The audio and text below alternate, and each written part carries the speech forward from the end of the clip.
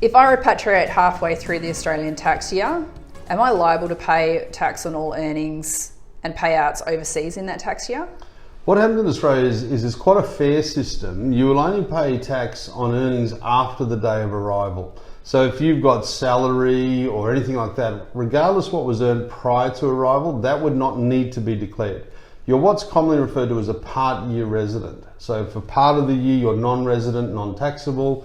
The other part of the year, you're taxable as a resident. You declare salary earnings. The only time that may have some issue is if you had some pensions or superannuation rollovers or cash outs.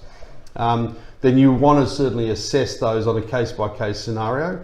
And certainly what you're trying to do is if you've got bonuses or things like that, you definitely want to try and get those paid to you prior to arrival. There can be some issues, particularly if you've got continuity of employment, that if you were due a bonus for the previous financial year and you had not received it prior to arrival, that can come up and be taxable under the current rules.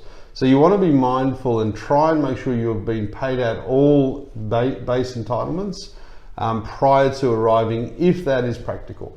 The truth is it's not always easy to determine what your boss will do, but certainly it can't hurt to ask if it's genuinely due prior.